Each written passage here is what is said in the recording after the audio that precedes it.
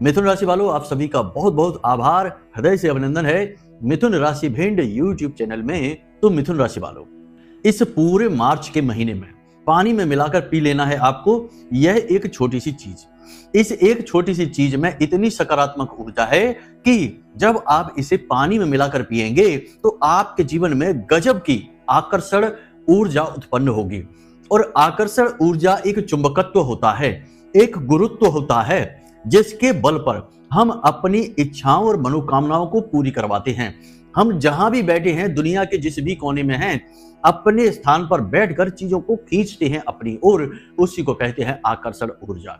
बंधु, इस एक चीज को जब आप पूरे मार्च के महीने या पूरे जीवन काल पानी में मिलाकर पीते रहेंगे तो आप जहां भी बैठे होंगे वहां आपकी खुशियां खिंचकर चली आएंगी। आपके जीवन से जो भी कष्ट, परेशानियां, कर्जे, काम धंधा, व्यापार नहीं चल रहा है, ये सारे कष्ट दूर भाग जाएंगे। और जो जो चीज आप चाहते हैं, किसी का प्रेम चाहते हैं, आपका वैवाहिक जीवन नष्ट हो रहा है, उसमें झगड़े हो रहे हैं, जीवन साथी से दूरियां बढ़ रही हैं तो उसकी नजदीकियां चाहते हैं, या फिर व्यापार में उन्नति चाहते हैं, माता लक्ष्मी का आशीर्वाद, कृपा चाहते हैं, करोड़ों की दौलत, धन चाहते हैं, सब कुछ खुद चलकर आपकी ओर आएगा। जी हाँ बंधुओं, ये वही विद्या है जिसे प्राचीन काल में राजा महाराजा यूज किया करते थे, धनाढ्य उच्च स्तरीय लोग यूज किया करते थे, प्रयोग किया करते थे। और सबसे बड़ी बात कि ऋषि मुनि भी इस क्रिया का प्रयोग करते थे। तभी तो जंगलों में होते थे, एकांत में होते थे, जहां पहुंच पाना भी मुश्किल होता था, पहाड़ों में, पर्वतों में, वहां पर भी लोग ढूंढते हुए उनके पास पहुंचते थे और उन्हें वह सब कुछ देने की कोशिश करते थे जो कि दुनियादारी के लोग चाहते हैं, जैसे धन हुआ, संपत्ति हुई और ना जाने क्या क्या। लेकिन ऋषि मुनि का मन है, लेंगे तो लेंगे, नहीं तो नहीं लेंगे। तो कुछ लोग ले लेते थे और बड़े बड़े आश्रमों का निर्माण करते थे और जन सेवा का कार्य किया करते थे। मतलब कहने का यह है कि एकांत जंगल में बैठकर भी वहां उन्होंने चीजों को आकर्षित करने की कला उत्पन्न की। इसी कला को उन्होंने अपने शिष्यों को सिखाया। फिर वही शिष्य कोई राजा बना, कोई मंत्री बना, कोई सामंत बना, कोई उद्योगपति बना, कारोबारी बना, तो उन्होंने इस क्रिया का प्रयोग किया और अपने जीवन में सुख को आकर्षित किया। बंधु, एक कहावत हमारे दुनियादारी के समाज में चलन में चलती है कि अमीर हमेशा अमीर बनता है और गरीब हमेशा गरीब ही रहता है। आज की स्थिति में भी आप आसपास के वातावरण में ये चीज महसूस कर सकते हैं कि जो अमीर है वह तो और अमीर होता चला जा रहा है, दिन दूने रात चौगने तरक्की करता चला जा रहा है, और जो गरीब है वह गरीब ही बना हुआ है और ज्यादा गरीब होता जा रहा है। परेशानियां उसकी बढ़ती चली जा रही हैं। आज एक समस्या से जूझता है तो कल दो नई समस्याएं खड़ी हो जाती हैं। तो ऐसा क्यों है? क्यों यह जो क्रम है टूट नहीं रहा है? कारण इसका यह है कि आप यकीन मानिए, अमीर आदमी जो है वह कुछ न कुछ ऐसा अवश्य कर रहा है, उसके जीवन में गुप्त रूप से कुछ ऐसी क्रियाएं अवश्य वह कर रहा है जिनकी वजह से उसने अपने आसपास ऊर्जा का सकारात्मक एक ऐसा वातावरण, दिव्य वातावरण बना लिया है जो कि सारी सुख सुविधाओं को उसकी ओर आकर्षित कर रहा है, दुखों को दूर कर रहा है। और गरीब आदमी है वह अपने आसपास एक नकारात्मक ऊर्जा का वातावरण खुद ही बना लेता है, फिर वह उसे कभी तोड़ नहीं पाता और वह वातावरण उस तक ना तो ईश्वर की कृपा, ना ही उसकी खुद की मेहनत का फल और ना ही धन दौलत और खुशियां पहुंचने देती हैं।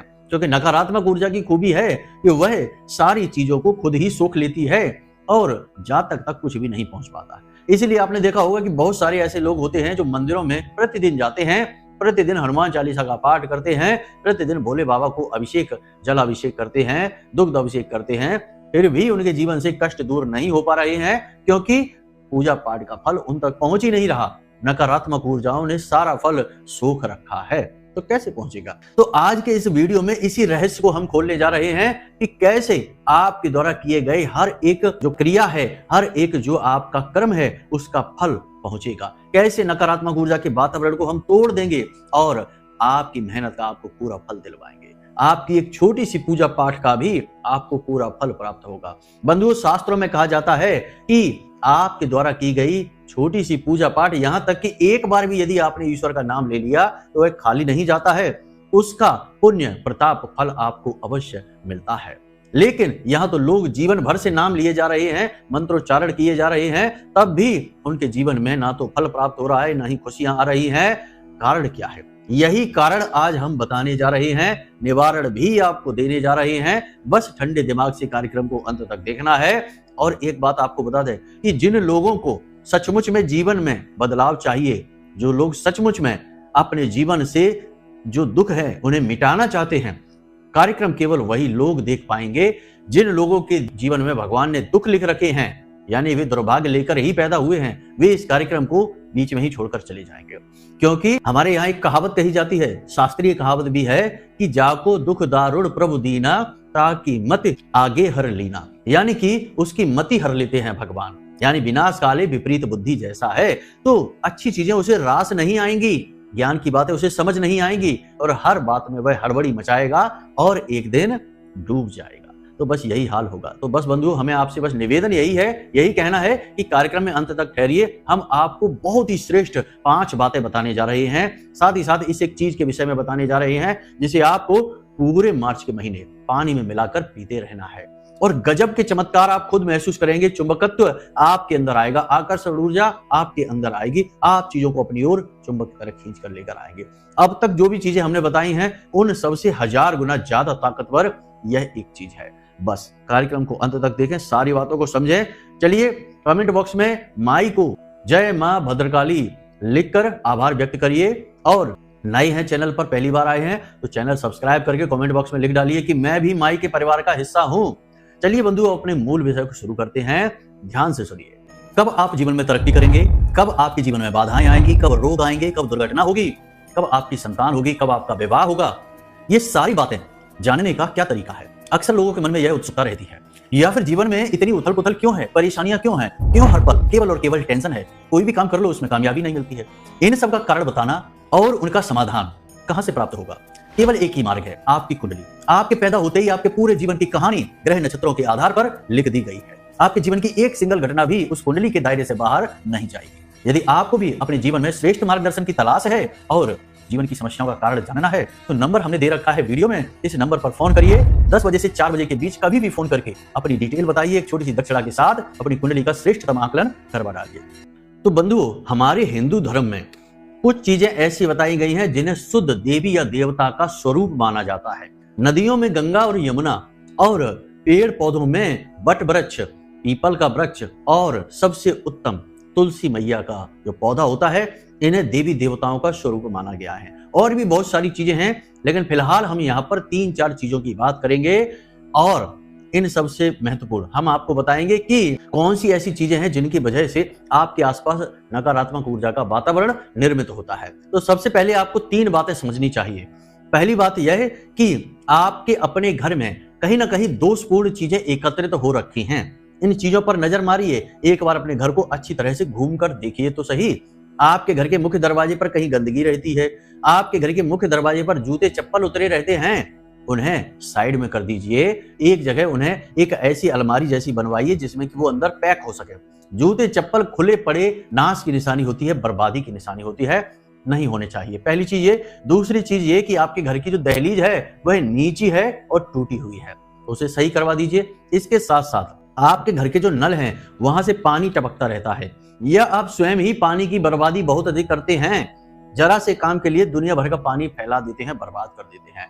बंधुओं, याद रखना कि जिस संसार में हम रहते हैं, इस धरती लोक में, इस संसार में रहते हैं, यहाँ प्रकृति का आधार जल है, इसीलिए जल को जीवन कहा गया है।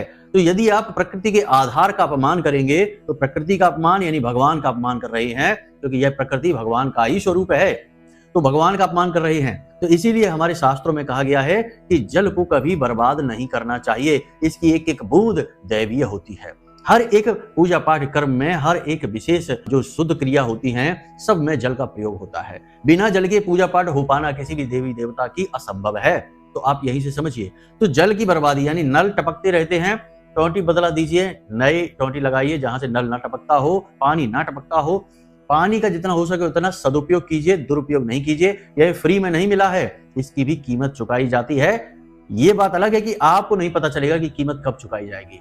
जब आपकी बर्बादी आपके घर पर आकर आपके घर पर दरवाजे पर दस्तक देगी, तब आपको पता चलेगा कि बर्बादी आ चुकी है, कीमत आप चुका रहे हैं। जी हाँ बंधुओं, तभी तो लोग कहते हैं कि पता नहीं, हमने तो कुछ गलत किया नहीं, लेकिन हम किस बात की कीमत चुका रहे हैं। हमारी सारी मेहनत डूब गई, सब बर्बादी आ गई, हर तरफ से हम मिट गए, बर्बाद हो गए। तो किस चीज की कीमत चुका रहे हैं? इन्हीं बर्बादियों की कीमत चुका रहे हैं। प्रकृति का अपमान किया जिसकी कीमत चुका रहे हैं।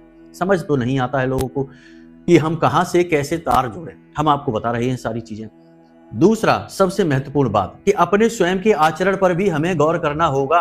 अपनी आदतें, सूर्योदय होने के बाद भी सो रहे हैं, सूर्य देवता का अपमान। सबसे बड़ी बात कि नारायण, श्री हरि विष्णु और माता लक्ष्मी का अपमान हो गया, क्योंकि शास्त्रों में लिखा है, शिव पुराण में लिखा है कि सुबह के समय माता लक्ष्मी भगवान नारायण श्री हरि विष्णु के साथ इस संसार के भ्रमण पर निकलती हैं। और जिस इंसान के घर में सूर्योदय से पहले जागरण हो जाता है, पूजा पाठ आदि कर्म होते हैं, उस घर में प्रवेश कर जाती हैं नारायण श्री हरि विष्णु के साथ। लेकिन जिस घर में उल्टा होता है, यानी कि सूर्योदय के बाद भी लोग सो रहे हैं और गंदगी रखते हैं, उस घर में लक्ष्मी नाराज होकर वापस चली जाती है। तो ये शास्त्रीय बातें हैं, ये बातें भी जीवन में असर करती हैं, माने आप चाहे ना माने। आप हमारे कहने से केवल 10 दिनों तक सूर्योदय से पहले बस जाग कर कुछ जरूरी क्रियाएं करना सीख लें और आपको अद्भुत परिणाम महसूस होंगे जीवन में। बिगड़े हुए काम भी बनने लग जाएंगे, हम गारंटी देते हैं इस बात की। अपना अनुभव बताते हैं और जिनको हमने बताया उनके जीवन के अनुभव आपको बता रहे हैं, इसलिए इन बातों को हल्के में मत लेना। तो सूर्योदय से पहले जाग जाना है। सूर्य देवता को अर्घ आपको अवश्य देना ही देना है। सूर्य देवता हमारे शास्त्रों में 4 प्रमुख देवताओं में शामिल हैं। तो इनको जो खुश रखता है वह इस संसार को खुश रखता है, प्रकृति को खुश रखता है और अपने जीवन में खुशियां लेकर आता है। प्राचीन परंपरा है, पुराने जमाने में हर इंसान सूर्य देवता को अर्घ दिया करता था, लेकिन अब लोग भूल चुके हैं इस विधि को। आप अपने जीवन में शामिल कर लीजिए। बंधुओं, अब ध्यान से सुनिए, हम आपको बताने जा रहे हैं कि आपके आचरण में कौन सी हैं वो 3 गलतियां जिन्हें आपको तुरंत इसी समय सुधार लेना चाहिए। फिर हम आपको बताएंगे उस एक चीज के विषय में भी। तो पूरे गौर से कार्यक्रम को समझना है। 3 कमियां आपके आचरण की हैं, क्योंकि बंधु अपनी कमी अगर आप नहीं निकालेंगे, दूसरों में ही खोट देखते रहेंगे, तो फिर ये तो बहुत ही गलत हो जाएगा। इस तरह तो आपके जीवन में बदलाव नहीं आएंगे, पॉजिटिव एनर्जी नहीं आएगी, आपका ऊर्जा क्षेत्र नकारात्मक रहेगा। तो फिर खुद की कमियां। सबसे पहली कमी, गलत जगह पर क्रोध करना और बिना मतलब में क्रोध को बढ़ाना और करना, ये आपकी कमी है। आप यकीन मानिए, अपने दिल पर हाथ रखकर, हृदय पर हाथ रखकर और खुद हमें बताइए विचार करने के बाद कि आपको क्रोध आता है कहीं और आपका क्रोध निकलता है कहीं और। किसी और चीज पर गुस्सा आया, किसी और इंसान पर गुस्सा आया, आपने वहां तो नहीं निकाला, लेकिन किसी और इंसान पर छोटी सी कमी उसकी पकड़ ली और दुनिया भर का गुस्सा उसके ऊपर निकाल दिया। यह आपकी कमी है कि नहीं? आप समझिए, जब भी आप क्रोध करते हैं, नकारात्मक ऊर्जा आपकी ओर आकर्षित होती है। और जब आप गलत इंसान पर क्रोध करते हैं, यानी निर्दोष पर क्रोध जताते हैं, उसका मान मर्दन करते हैं, तो नकारात्मक ऊर्जा का भीषण वातावरण आपकी ओर आकर्षित होता है, निर्मित होता है। क्रोधी इंसान को कभी तरक्की करते आपने देखा नहीं होगा, ये बात याद रखना। दुर्वासा ऋषि के क्रोध की वजह से समुद्र मंथन हो गया था। तो क्रोध बहुत कुछ करा सकता है, समुद्र का ही मंथन करा सकता है, देवताओं का विनाश करवा दिया इस क्रोध ने। तो आप कौन हैं? इंसान की हैसियत ही क्या है जब देवता भी बर्बाद हो गए इस क्रोध की वजह से। क्रोध पर नियंत्रण। दूसरा आपकी कमी, भाषा, आपकी वाणी वैसे तो बहुत अच्छी है, कोई समस्या नहीं है साधारण तौर पर, लेकिन जैसे ही थोड़ा सा वातावरण बिगड़ता है, नियंत्रण से बाहर होता है, आपकी वाणी जरूरत से ज्यादा कठोर हो जाती है, कटु हो जाती है, विषैली कह सकते हैं इसको हम। विषैले तीर के समान यह भाषा शैली आपकी किसी को चुभती है। और दुख की बात यहाँ पर यह है कि आप अपने प्रेमी जनों को ही दुखी कर देते हैं अपनी इस कठोर भाषा शैली से। आपकी भाषा शैली आपके बुध को खराब कर देती है, शुक्र को खराब कर देती है और राहु को एक्टिव कर देती है नकारात्मक रूप से। तो आपकी भाषा शैली आपके लिए वरदान की जगह श्राप का कार्य करती है। क्या करना है आपको? अगर कहीं आपको क्रोध आ रहा है तो उस जगह को छोड़ दीजिए या उन बातों से अपने चित्त को हटा लीजिए। दूसरा कि आपको कोई बातें अच्छी नहीं लग रही हैं, आपको लगता है कि इसको तीखा जवाब देना चाहिए, इसको इसी की भाषा में जवाब देना चाहिए, वहां रुक जाइए, क्योंकि आपके अंदर वाक उठता है। आप जब किसी का अपमान करने के बारे में सोचते हैं तो आप ऐसे ऐसे शब्द बोल सकते हैं जो वह जीवन भर भूलेगा नहीं। तो आपको इस चीज पर नियंत्रण रखना होगा। ऐसी गति आपको पहले बर्बाद करेगी, उसे तो बाद में दुखी करेगी। तो वाणी पर पूर्ण नियंत्रण। तीसरी कमी, ये और भी बड़ी कमी है बंधुओं, ये कमी है जरूरत से ज्यादा देर करना और अपने ही काम से अरुचि हो जाना। जी हाँ बंधुओं, आप जिस भी कार्य को करते हैं, काम तो आप सारे करते हैं, लेकिन उस काम को खींचते खींचते वहां तक ले जाते हैं कि जब वह काम अंतिम समय पर पहुंच जाता है, यानी कि टाला मटोली की आदत। यह बहुत बुरी आदत है आपके अंदर, है जरूर, आप माने या ना माने। शुरू में तो आपको लगेगा कि हम क्या कह रहे हैं, ये आदत तो हमारे अंदर नहीं है, हम तो तुरंत अपने काम को समय पर कर लेते हैं। लेकिन हृदय पर हाथ रखकर एक बार विचार करिए, ये आपसे हम कह रहे हैं और आपकी ही बातें बता रहे हैं। आपको हम अच्छी तरह से जानते हैं, हमने आपकी राशि कुंडली का अध्ययन कर रखा है और माँ भगवती से भी हम जुड़े हुए हैं। आंख बंद करते ही हम समझ जाएंगे कि आप क्या विचार कर रहे हैं। तो जरा हृदय पर हाथ रखकर बताइए। हाँ, ये माना हमने कि आप ज्यादातर काम अपने कर लेते, लेकिन कभी कभी कुछ काम आपके इतने ज्यादा आगे टाल दिए जाते हैं कि वे समय पर पूरे ही नहीं हो पाते हैं। इसका खामियाजा, इसकी कमी, नुकसान आपको उठाना पड़ता है। और यहाँ पर सबसे बड़ी बात कि जो काम आपके लिए बहुत महत्वपूर्ण होते हैं, अक्सर वही काम टाले जाते हैं। ये नकारात्मक ऊर्जा का सबसे बड़ा कारण होता है। अपने ही काम से अरुचि उत्पन्न हो जाना। उस समय तो आपको अपना काम अच्छा लगता है, लेकिन जैसे ही उस काम में उतार चढ़ाव शुरू होते हैं, खींचतान का समय आता है, आपको अपने काम से अरुचि उत्पन्न हो जाती है, नकारात्मकता उत्पन्न हो जाती है। बहुत ही गलत बात है यह। ये 3 आदतों को आप सुधार लीजिए, फिर इसके बाद आप इस प्रयोग को करना शुरू करिए जो हम आपको बताने जा रहे हैं।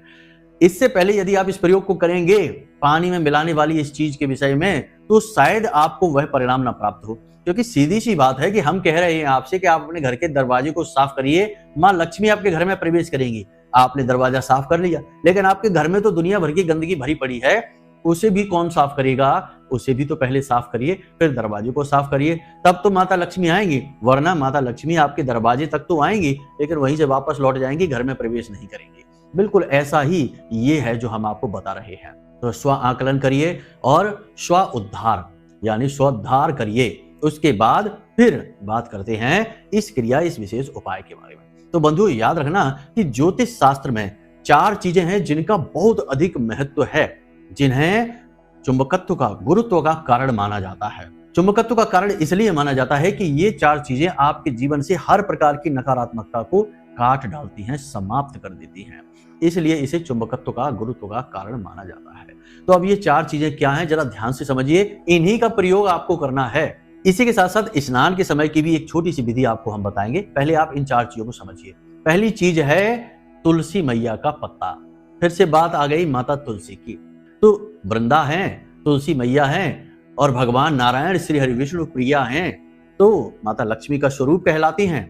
तुलसी मैया का एक पत्ता हजारों प्रकार की नकारात्मकता को काट डालता है। तो पहली चीज ये। दूसरी चीज इलायची। इलायची बुध का प्रतीक होती है और बुध है नारायण श्री हरि विष्णु, और लक्ष्मी और नारायण मिल गए तो नारायण लक्ष्मी योग बन गया। तीसरी चीज है लौंग। लौंग है नकारात्मक ऊर्जा को काटने के लिए सबसे मजबूत औजार। हमने लौंग के कई प्रयोग अपने पिछले कार्यक्रमों में आपको बताए हैं, इन्हें भी शामिल करना है। चौथी चीज है दालचीनी। दालचीनी सूर्य का प्रतीक है और सूर्य प्रकाश का प्रतीक है, यानी कि हर प्रकार की नकारात्मकता को समाप्त करने की शक्ति। अब यहाँ पर हमने 4 चीजें बताई ज्योतिष के अनुसार, जो बहुत ही महत्वपूर्ण, बहुत ही शक्तिशाली और इन्हें उपभोग किया जाता है, यानी कि इन्हें ग्रहण किया जाता है, धारण नहीं। वैसे कई प्रयोग कई तरीके से किए जाते हैं, धारणम है और स्पर्शम है और ग्रहणम है, तो इसे आपको ग्रहण करना पड़ता है। अब इसे कैसे ग्रहण करते हैं, इसे आप ध्यान से समझिए। रात्रि को जब आप सोने जाते हैं, अपने बिस्तर के सिरहाने आपको एक पात्र लेना है। तांबे का पात्र लेंगे तो सर्वोत्तम रहेगा। लोहे का, स्टील का नहीं लेना है, कांच का भी ले सकते हैं। सर्वोत्तम पात्र तांबा है, उसके बाद कांच का है। कांच का कोई बड़ा प्याला ले सकते हैं, कोई बड़ा जार ले सकते हैं, कुछ भी ले सकते हैं। उसमें आपको जल डालना है, उतना ही जल रखना है जितना आप सुबह पी सकें, फेंकना नहीं है। उसमें आपको जल डालना है। अब उसमें आपको थोड़ी सी पिसी हुई दालचीनी, 1 चुटकी से भी कम डाल देनी है। उसके बाद आपको उसमें कूटी हुई इलायची, हरी इलायची 1 इलायची डाल देनी है। उसके बाद आपको लौंग का 1 जोड़ा उसमें खड़ा डाल देना है, उसे कूटना नहीं है। ध्यान से समझना है इन चीजों को। फिर उसके बाद केवल 1 तुलसी मैया का पत्ता उसमें डाल देना है। बस इतनी सी चीजें आपको डालनी है और उसे ढककर अपने सिरहाने रख दीजिए। शास्त्रों में तो यहां तक कहा गया है कि यदि इस सामग्री को सिरहाने रखकर ही कोई सो जाए तो उस पर माता लक्ष्मी, मां भगवती की विशेष कृपा होती है। माई उसे बहुत प्रेम करने लगती हैं, बिल्कुल अपने बालक के समान। उसके जीवन के सारे दुख हर लेती हैं। लेकिन यदि इसे एक विशेष विधि के द्वारा प्रयोग कर लिया जाए, यानी ग्रहण कर लिया जाए, तो इसका बहुत अधिक लाभ मिल जाता है। तो अब आपको इसे रखकर सोना है। अब सुबह जब आप सोकर जागेंगे, अपने बिस्तर पर बैठे बैठे ही आपको 2 मंत्रों का उच्चारण करना है। अपनी हथेली को देखते हुए कराग्रे मंत्र, कराग्रे वसते लक्ष्मी, कर मध्य सरस्वती, कर मूले च गोविंदा, प्रभाते कर दर्शना, इस मंत्र का प्रयोग करना है। उसके बाद आपको 3 मंत्र, 3 देवताओं का आभार व्यक्त करना है। ये 3 देवताओं का आपके ऊपर बहुत बड़ा कर्जा है, इनका आपको आभार व्यक्त करना ही होगा। आपके जीवन की सदगति के लिए ये 3 देवता जिम्मेदार हैं। तो 3 देवता कौन से हैं? स्थान देवताभ्यो नमः, स्थान देवताभ्यो नमः, ठीक है, 3 बार बोलना है ये। उसके बाद पितृ देवताभ्यो नमः, आपके पितृ हैं, पितृ देवताभ्यो नमः, ठीक से उच्चारण समझिए, 3 बार ये भी बोलना है। उसके बाद कुल देवताभ्यो नमः, कुल देवताभ्यो नमः 3 बार बोलना है। यानी कि 3-3 बार ये मंत्र आपने बोले। स्थान देवताभ्यो यानी उस स्थान पर जहां आप बैठे हैं, यह धरती अनंत काल से है, तो इस धरती पर, उस स्थान पर कभी ना कभी किसी न किसी देवता का वास अवश्य रहा ही है। तो उस देवता को नमन, क्योंकि देवता कभी नहीं मरते, इंसान मरते हैं, देवता अमर होते हैं। तो वो जानते हैं, देख रहे हैं कि आप वहां रह रहे हैं, उनके द्वारा दी गई जमीन का आप प्रयोग कर रहे हैं। बेशक आपने उसका मूल्य चुका दिया हो, परंतु मूल्य पैसे से चुकाया है, अपने कर्म से नहीं, अपने आभार से नहीं। और देवताओं को पैसे की जरूरत नहीं होती, पैसे का मूल्य वो नहीं मानते, भौतिक चीजें नहीं मानते, वो आपके आभार, आपके कर्म, आपके कर्तव्य को मानते हैं। आभार, ठीक है, यहां तक समझ आ गया। स्थान देवताभ्यो नमः, कुल देवता और पितृ देवता, ये तो आपके ही देवता हैं, इनका सुबह सुबह आप आभार व्यक्त करिए। फिर उसके बाद जब आप जमीन पर पैर रखें, उससे पहले आपको यह जल हाथ में लेना है और इस जल को देखना है।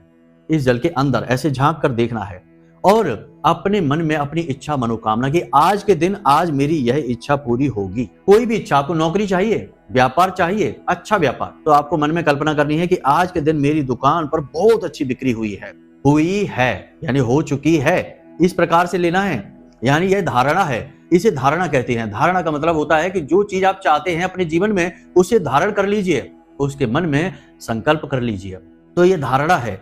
जैसे नौकरी चाहिए तो आपको मन में करना है कि मेरी बहुत अच्छी नौकरी लग चुकी है। पति पत्नी में क्लेश रहता है, प्रेम चाहिए तो मेरे पति मुझसे बहुत अधिक प्रेम करते हैं। ऐसे पानी में देखकर आपको मन ही मन सोचना है थोड़ी देर के लिए, और उसके बाद उस पानी को पी जाना है। उसमें जो लौंग पड़ी हैं, उन लौंगों को आपको निकालकर बाहर फेंक देना है। बेहतर होगा कि आप किसी पौधे की जड़ में उसे डाल दें। आपके घर में जो भी पौधा हो, देवी देवताओं का या कैसा भी, उस पौधे की जड़ में उसे डाल दें लौंग को, और जो बाकी चीजें हैं उन्हें चबाकर खा जाएं, ग्रहण कर लें। लौंग नहीं खानी है क्योंकि वह नकारात्मक ऊर्जा को धारण करती है, क्योंकि हर प्रयोग में नकारात्मक ऊर्जाएं भी होती हैं, किसी न किसी प्रकार की, उन्हें हटाना आवश्यक है, इसलिए लौंग डाली जाती है। बाकी आप उसे धारण कर जाइए, खा जाइए, चीजें जो बची है उन्हें निगल जाइए, बस इतना करना है। उसके बाद आपको जमीन पर जब पैर रखें, उस समय भी बहुत जरूरी है इस एक मंत्र का, क्योंकि कराग्रे मंत्र से शुरू हमने किया है। अगर हम इस मंत्र को नहीं बोलेंगे तो यह बात अधूरी रह जाएगी, और अधूरी बात कभी फलित नहीं होती है। इसलिए इस एक मंत्र के साथ आप अपने पैर जमीन पर रखेंगे। तो मंत्र आपके मोबाइल की स्क्रीन पर दिखाई दे रहा है, इस मंत्र को ध्यान से समझिए। समुद्र वसने देवी पर्वतस्थल मंडते विष्णु पत्नी नमस्तुभ्यम पादस्पर्शम क्षमस्व मे। यह नारायण के लिए, हमने कहा ना सुबह के समय नारायण, श्री हरि विष्णु, माता लक्ष्मी आती हैं, उनके लिए यह मंत्र है। इस मंत्र का प्रयोग करके आप जमीन पर पैर रखिए और अपने कार्यों को शुरू करिए। गजब का परिवर्तन जीवन में आएगा, उसी दिन से काम बनने शुरू हो जाएंगे। आकर्षण आपने उत्पन्न कर लिया, नकारात्मकता आपने हटा दी, अब दिव्य शक्तियां आपकी ओर आकर्षित होगी। लंबे समय से आपके एकत्रित हुए कर्म फल आपको एक झटके में मिलने शुरू हो जाएंगे। कई बार हमने ये देखा कि इस विधि को जब हमने किसी को प्रयोग कराया तो अचानक उसकी लॉटरी जैसी लग गई, यानी कि दुनिया भर का पैसा उसकी ओर दौड़कर आने लगा। यानी कि जहां दुकान पर पहले 200-400 रुपए की बिक्री होती थी, 10-10 हजार की बिक्री होने लगी एक आध महीने के अंतर में। अचानक नहीं होता, एक आध महीने के अंतर में, और वह लाखों करोड़ों में खेलने लगा, बहुत सारी चीजों से, अलग अलग तरीके से। जब भगवान देना चाहते हैं तो जाने कहां कहां से रास्ते बना देते हैं। ये याद रखना, हमारी बुद्धि से परे है भगवान के कार्य करने के तरीके, हम नहीं समझ सकते। तो जाने कहां कहां से चीजें उनकी ओर आकर्षित होने लगी। तो ये भी देखा गया, और कुछ के जीवन में धीरे धीरे बदलाव आते हैं और धीरे धीरे वो सीढ़ियां चढ़ते हैं। किसी की चाल कछुए जैसी और किसी की चाल खरगोश जैसी होती है, लेकिन बदलाव होगा, ये बात निश्चित है, गारंटी के साथ है। अब कुछ लोग जो ज्ञानी लोग हैं, जिनको अल्प ज्ञान होता है, वो यहाँ कमेंट करेंगे कि गुरुजी सुबह सुबह बिना नहाए धोए मंत्र उच्चारण कैसे कर लें। तो बात यहाँ पर यह है कि मंत्रों के प्रयोग के 3 तरीके होते हैं। एक तो मौखिक होता है, एक उपांशु होता है और एक मानसिक होता है। तो हमने आपको जो विधि बताई बिना स्नान किए करना है, तो आप उसे मानसिक करें, मौखिक या उपांशु न करें। और मानसिक जाप के लिए कोई शौच अशौच का नियम नहीं होता है, आप कभी भी कर सकते हैं मानसिक जाप, इसीलिए इसका अधिक महत्व भी है। आप अब समझिए कि शास्त्र क्या कहते हैं। मौखिक जाप आपने 1 माला किया, उपांशु जाप आपने आधी माला किया और मानसिक जाप आपने केवल 3 बार किया, सबका फल एक जैसा होता है। तो मानसिक जाप का बहुत अधिक महत्व होता है, इसलिए ये जो मंत्र हमने आपको बताए हैं इनका जाप आपको मानसिक करना है। जितने भी मंत्र बोले हैं इसका आपको बहुत अधिक फल प्राप्त होगा। तो बाकी बंधु, हमने सारी बातें आपको कार्यक्रम में खुलकर बताई हैं। जो बातें आपको समझ में आई हैं या नहीं समझ में आई हैं तो कार्यक्रम दोबारा देख लें, चीजों को समझ लें। बाकी यदि कोई मन में प्रश्न होते तो कोई चिंता नहीं है, कार्यक्रम में हमने वीडियो में नंबर दे रखे हैं, इन नंबरों पर आप फोन करिए, अपने प्रश्नों के जवाब हासिल करिए। कुंडली का यदि विश्लेषण कराना है तो इन्हीं नंबरों पर फोन करिए और कहीं नहीं, वीडियो में नंबर दे दिए हैं, इन नंबरों पर फोन करिए, अपनी कुंडली की डिटेल दीजिए, एक छोटी सी दक्षिणा दीजिए, आपकी कुंडली का हम स्वयं विश्लेषण करके आपको पकड़ा देंगे, आपकी समस्याओं के कारण और निवारण यानी सटीक उपाय आपको दे देंगे। बाकी आपका उद्धार तो महामाई करेंगे ही। तो चलिए बंधुओं, हमेशा हंसते रहिए, मुस्कुराते रहिए, सकारात्मक रहिए, महामाई पर अपनी आस्था और विश्वास बनाकर रखिए। प्रेम से बोलिए जय माई की।